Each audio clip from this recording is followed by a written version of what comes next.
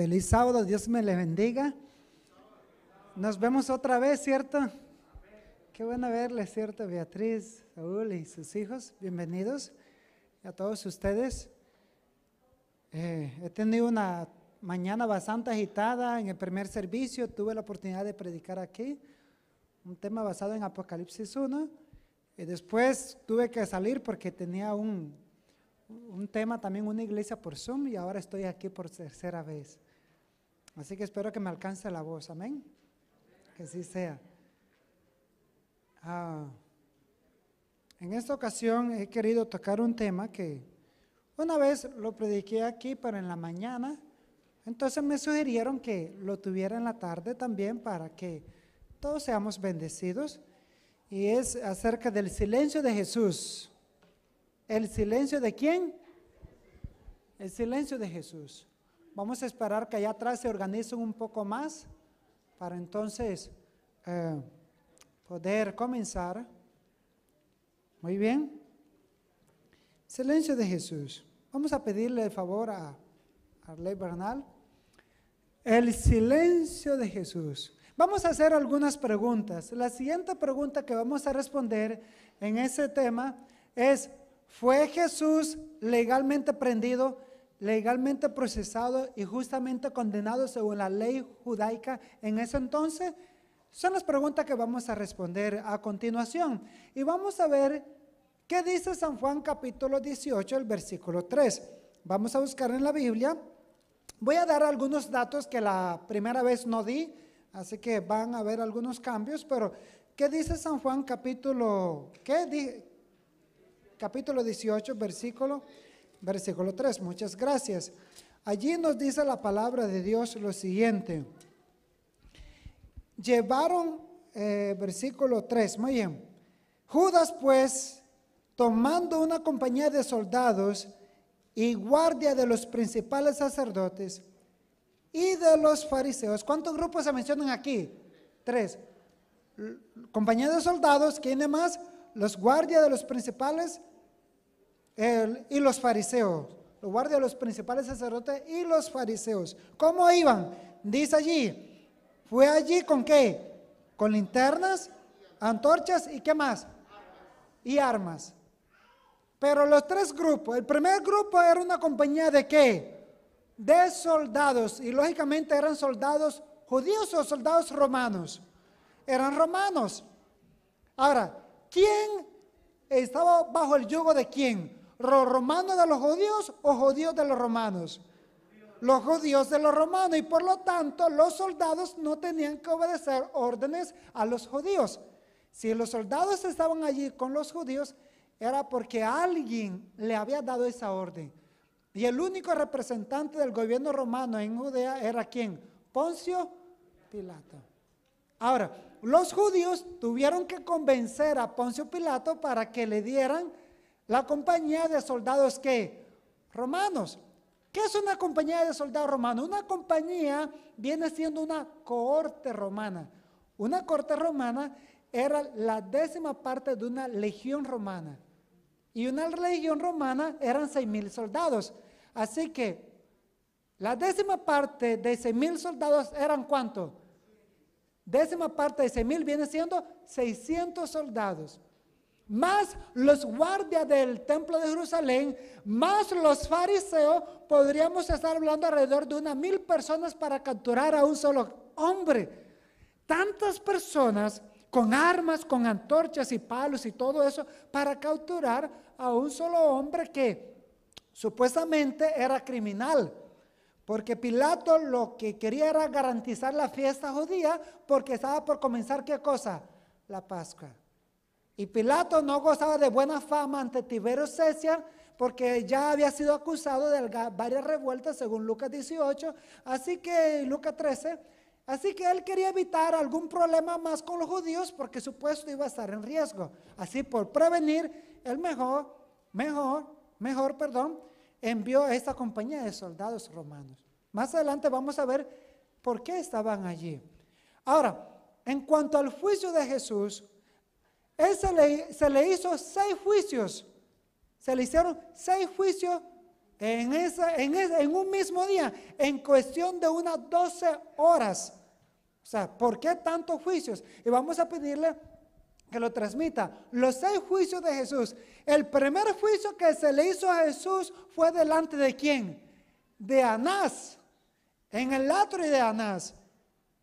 O sea, ¿será que en la actualidad cuando alguien va a ser juzgado, lo lleva en la casa del juez aparte para que lo juzgue, o tiene que ser llevado delante de un tribunal en pleno? Delante de un tribunal en pleno. Así que la ley judía, la Misná, ¿cierto? Porque la Misná, lo voy a explicar, la Misná, aunque fue escrito en el siglo III después de Cristo, era una interpretación oral de la ley de Dios, o de la Torá, perdón, de los 5 libros escritos por Moisés. Ellos interpretaban esos 5 libros e inventaron una tradición oral llamada la Misná. Allí agregaron varios cuerpos de leyes, varios pasos en la hora de juzgar a alguien, y una de esas leyes, lo vamos a ver más adelante, impedía que una persona fuera juzgada delante de un solo hombre, sino que tenía que ser juzgada ante un tribunal en pleno. Lo que hicieron con Jesús es que en ese proceso de juicio que estamos viendo, es que lo llevaron delante de Anás. En el segundo juicio lo llevaron ante Caifás y el Sanedrín, pero no ante el tribunal, ante el concilio, sino ¿en qué lugar? En la casa ¿de quién? De Caifás. No ante el juzgado. Así que desde el primer momento todo el juicio que le está haciendo a Jesús es irregular, es ilegal, ¿sí o no? El tercer juicio, ok, delante del Sanedrín. Pero la pregunta es, ¿estaba todo el Sanedrín completo? ¿Cuánto era el Sanedrín? Lo constituía 72 personas, 24 los principales ancianos, ciertos sacerdotes y escribas, siendo el sumo sacerdote el presidente. La pregunta, Jesús fue capturado en la noche porque Juan 18:3 nos informa que fueron a capturar a Jesús con antorcha, y si era con antorcha era muy de noche, lo más probable eran como 12 o 1 de la mañana, era muy de noche. ¿Será que a la 1 o 2 de la mañana o 3 de la mañana que se haya reunido el Sanedrín, todo el mundo, todo el concilio iban a estar unidos? Claro que no. Hubo muchas personas que no estuvieron allí. Habían 2 miembros del Sanedrín que no estaban de acuerdo con el juicio que se le hizo a Jesús. Por cierto, si ustedes leen en Lucas 23, vamos a ir a Lucas capítulo 23 y vamos a leer un dato que no lo di la otra vez. Lucas capítulo, ¿qué dije yo?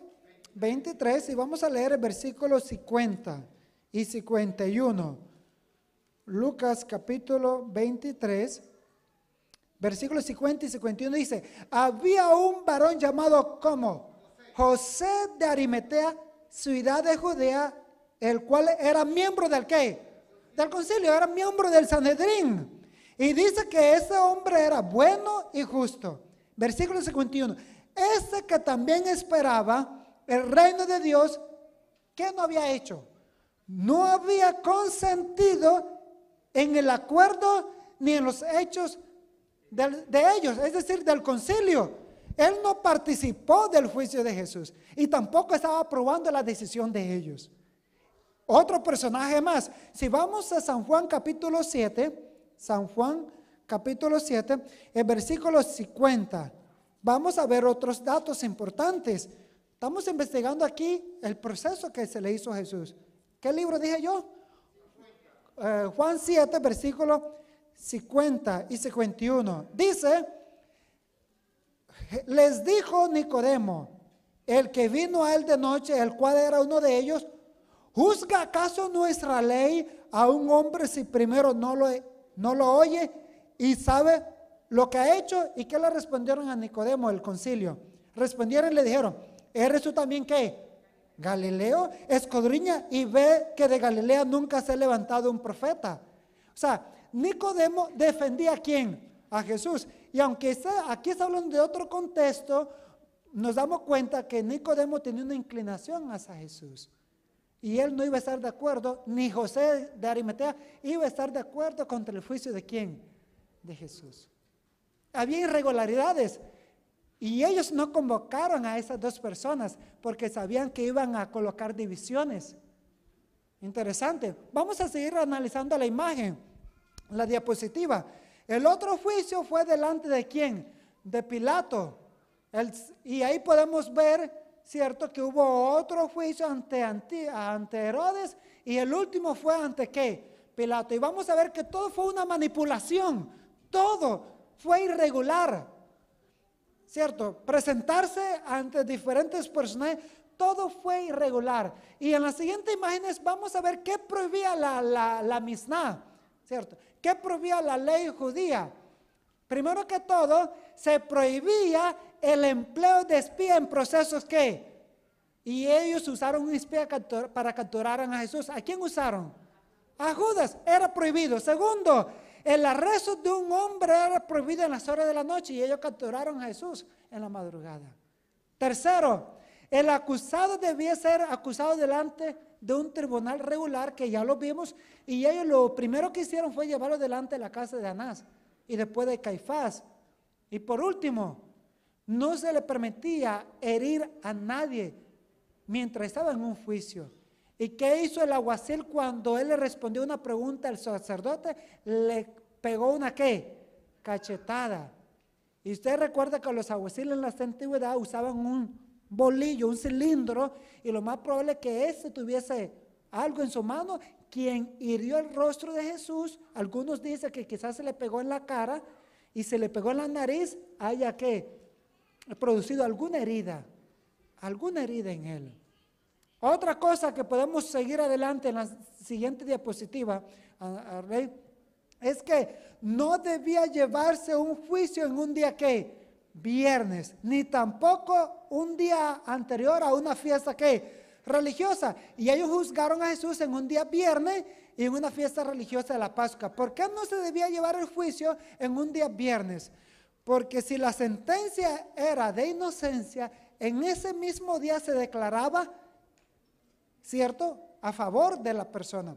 Pero si era hallada culpable, el juicio o la sentencia era pronunciada al siguiente ¿qué? Día. Y si era un día viernes, la sentencia debía pronunciarse el día ¿qué? Sábado. Pero ellos no podían violar el sábado. Así que por eso que manipularon toda la escena de juicio a fin de que la sentencia de muerte se diera en ese mismo día. Porque si esperaban hasta el domingo, la gente se iba a dar cuenta que Jesús estaba en las manos de ellos e iban a tratar de liberarlo. Otra cosa que ahí dice en la diapositiva es que ningún hombre podría ser condenado bajo su propio testimonio. Y ahí cerramos por ahora la diapositiva. Vamos a ir al libro de San Marcos. Marcos capítulo 15. Marcos capítulo 15. Ningún hombre debía ser condenado bajo su propio ¿qué? Testimonio. Y cuando Jesús dice, sí, yo soy el Hijo de Dios, entonces ellos dijeron, ¿qué más necesidad tenemos de testigo? Nadie puede ser condenado bajo su propio testimonio. Vamos a ver algunos datos bíblicos, ¿cierto?, en cuanto al juicio de Jesús. Si ustedes leen en Marcos capítulo 14, versículo 55, dice que los principales sacerdotes y todo ¿qué? El concilio, ¿qué buscaban? Testimonio contra Jesús para liberarlo de la muerte. ¿Qué dice allí? En otra palabra, ellos querían desde el primer principio asesinar ¿a quién? A Jesús. Darle muerte. Y lo primero que hicieron era buscar testigos. Y el versículo 56 dice, porque muchos daban ¿qué? Falso testimonio contra él. ¿Qué dice? Sin perder, pueden colocar algo allí en Marcos porque vamos a volver. ¿Qué dice Éxodo 23:1 en cuanto a los falsos testigos? ¿Qué prohibía la ley? En Éxodo capítulo 23, el versículo dije yo, el versículo 1. ¿Qué dice allí la palabra de Dios? ¿Qué dice allí? ¿Ya lo encontraron? No admitirás ¿qué? Falso rumor, no te pondrás de acuerdo con el malvado para ser falso ¿qué? Testigo. ¿Estaban ellos quebrantando la ley de Dios? ¿La Torá? Claro que sí, porque ellos estaban buscando ¿qué? Falso testigo. Ahora volvamos otra vez a Lucas, a Marcos. Marcos nos sigue diciendo lo siguiente, versículo 58 del capítulo 14. Nosotros lo hemos oído decir, yo derribaré ese templo hecho a mano y en 3 días edificaré otro no hecho a mano. Pero aún así concordaban ¿qué? Versículo 59. Sus testimonios no concordaban. ¿Sabían ustedes que cuando unos testigos se presentan y sus testimonios no armonizan, el juicio debe ser ¿qué? Nulo. No se puede juzgar a alguien bajo unos testimonios que se contradigan. La pregunta que yo le hago a ustedes, ¿sabía Jesús que ellos estaban teniendo un juicio irregular contra él? ¿Sí o no? Claro que sí. La pregunta, ¿por qué Jesús no reclamó nada? Porque Jesús les hubiese dicho, están violando la ley Misná, están violando la ley de Dios, lo que escribió Moisés, así que usted no me puede condenar. Si Jesús hubiese hecho eso, Jesús se hubiese librado de la muerte, ¿sí o no? ¿Por qué Jesús conservaría su silencio y por qué no evitó la muerte? ¿Por qué guardó silencio? Vamos a seguir estudiando un poquito más. Versículo 61 dice que a pesar de que todo lo que testificaba contra él, ¿qué hacía él? Versículo 61. Pero él callaba y nada ¿qué? Respondía. Estamos en Marcos capítulo 14, versículo 61. Pero él callaba y nada ¿qué? Respondía. Es decir, Jesús permanecía ¿qué? En silencio. Nada respondía. Y él le preguntó, el sumo sacerdote le volvió a preguntar, ¿eres tú el Cristo, el Hijo del bendito? Y como la pregunta fue bajo juramento según Mateo 26, 63, ¿cierto? Él le dijo, te conjuro que nos digas si tú eres el Cristo. Y como fue bajo juramento, fue la única ocasión de Jesús abrir su boca. ¿Y qué respondió Jesús? Versículo 62. Yo soy. ¿Yo soy qué? Yo soy. Y veréis al Hijo del Hombre sentado a la diestra del poder de Dios y viniendo en las nubes de ¿qué? Del cielo. Entonces el sumo sacerdote, ¿qué hizo cuando Jesús le dijo, yo soy y vendré en las nubes de los cielos? ¿Qué fue lo que hizo él? Rasgó sus ¿qué? Vestidura y era el sumo sacerdote. ¿Qué prohibía la ley? ¿Qué dice Levítico? Vamos a ver qué dice Levítico capítulo 21, versículo 10. Levítico capítulo 21, el versículo ¿qué? 10. Muy bien. ¿Qué nos dice la palabra de Dios allí? 21, 10. El sumo sacerdote entre sus hermanos, sobre cuya cabeza fue derramado el aceite de la unción y que fue consagrado para llevar la vestidura, ¿qué no debía hacer? No descubrir su cabeza ni rasgar ¿qué? Su vestidura. Es decir, era prohibido el sumo sacerdote porque era un hombre consagrado para Dios. No debía descubrir su cabeza, porque en su cabeza, ¿qué estaba escrito aquí enfrente? Un nombre que decía ¿cómo? Santidad a Jehová. Y él no debía quitarse ese título de Dios, ni tampoco rasgar sus ¿qué? Vestidura. Pero hay un dato interesante que está en Levítico 10, versículo 6. Vamos a Levítico 10, versículo 6. Dice, entonces Moisés dijo a Aarón y a sus hijos Eleazar y ¿quién más? Y Tamar, no descubráis vuestra cabeza ni rasguéis vuestros vestidos en señal de duelo. ¿Para qué? En otras palabras, si un sacerdote rasgaba su vestidura, cierto, que representaba a Dios, ¿qué debían hacer con él? Él debía ser ¿qué? Muerto. Había una sentencia de muerte. Vamos a pintar la escena. Aquí, el Sanedrín, estaba Jesús. ¿A quién trataba de matar el Sanedrín? A Jesús. Pero ¿quién era digno de muerte en el momento que el sacerdote rasgó su vestidura? ¿Quién? El sacerdote.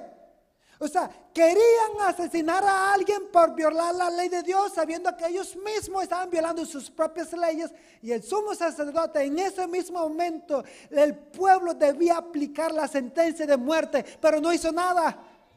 Jesús pudo decirle al sumo sacerdote, debes morir, pero él permaneció ¿qué? En silencio. ¿Por qué no dijo nada? Lo interesante es que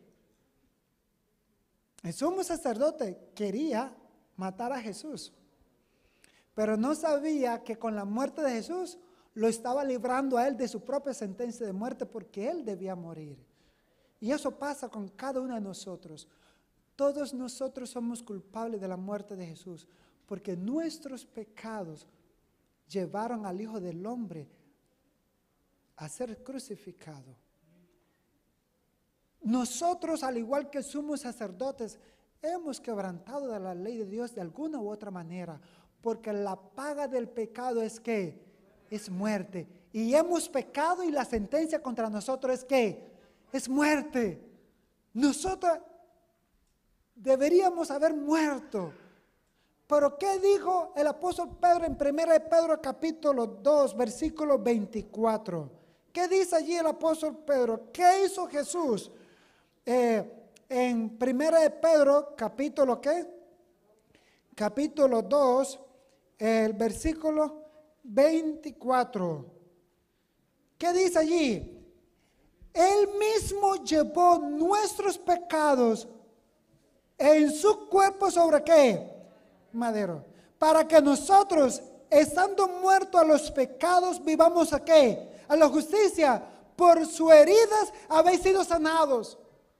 Todos nosotros deberíamos haber muerto, porque esa es la sentencia. Hemos pecado, pero Él cargó nuestra sentencia de muerte sobre su cuerpo, muriendo en una cruz. Él tomó nuestro lugar también, porque nosotros somos los culpables. Él era inocente. Solamente los que merecían morir eran los que habían violado la ley de Dios. Jesús no violó la ley de Dios, Él no pecó. Por lo tanto, a la sentencia de la ley, Jesús no murió la muerte de Él. Si Jesús hubiese muerto la muerte de Él, era porque Él había cometido un pecado. Pero Él no cometió pecado y por lo tanto la muerte que Él murió no fue la de Él, fue la mía, fue la tuya y fue la mía. ¿Y por qué lo hizo? ¿Qué dice Romanos 5:8? Romanos 5:8, ¿qué dice la Biblia? ¿Por qué Él lo hizo? Romanos capítulo 5 y el versículo ¿qué? 8 nos dice: mas Dios muestra su amor para con nosotros, en que aún siendo pecadores, ¿qué hizo Jesús? Murió por nosotros. ¿Por qué murió? Dice el texto bíblico: por amor a nosotros, porque Él te ama a ti y me ama a mí. Y Él permaneció en silencio. ¿Por amor a quién? A nosotros. ¿Por qué permaneció en silencio? Vamos a colocar las últimas 3 diapositivas y ahí vamos a ir concluyendo.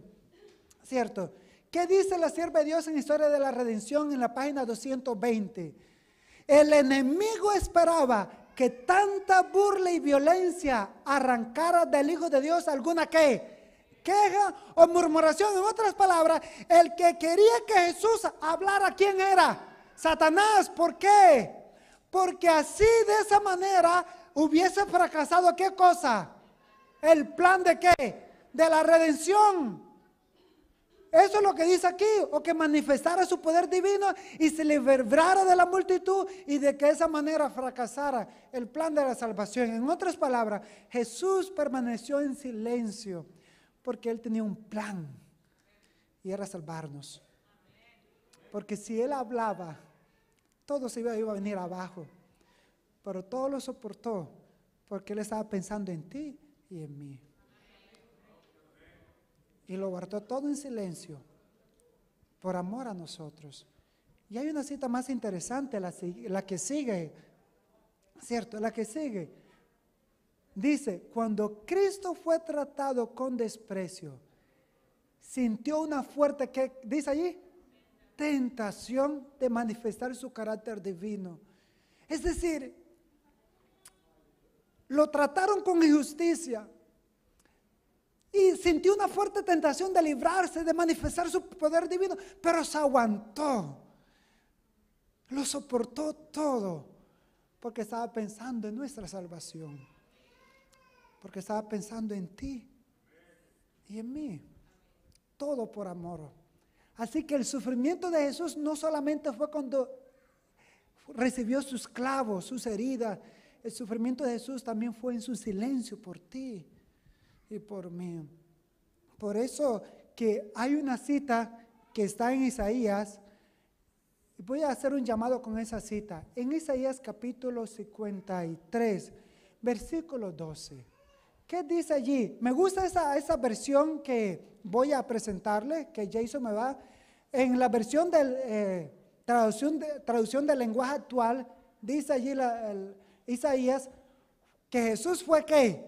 Maltratado y humillado, pero nunca ¿qué? Se quejó. Se quedó completamente callado como las ovejas cuando les cortan ¿qué? La lana, y como cordero llevado al matadero, ni siquiera abrió su boca. ¿Por qué no abrió su boca? Porque él iba a ser llevado como cordero, ¿a dónde? Al matadero. Porque él desde el mismo principio había diseñado un plan y lo soportó todo por amor a ti y a mí.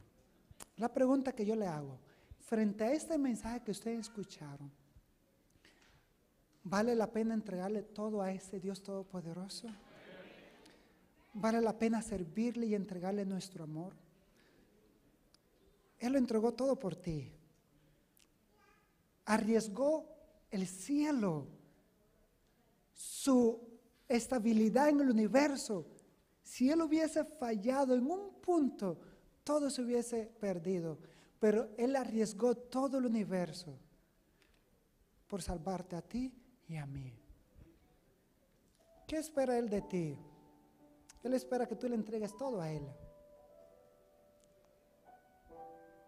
Porque él fue molido por tus heridas. Fue quebrantado en una cruz y fue despreciado en un juicio injusto por amor a ti. Y él espera que nosotros podamos soportarlo todo por él. Las humillaciones en el trabajo, las burlas de la familia por servir a Jesús. Pero servir a Jesús es lo máximo, hermanos. Porque ¿quién más podrá merecer tanto amor como nuestro Padre Celestial? Solo Él lo merece. Así que renunciemos a aquello que nos ata. No le produzcamos más herida a Jesús. Quizás hemos fallado, hemos cometido errores, claro que sí. Y una y otra vez le crucificamos.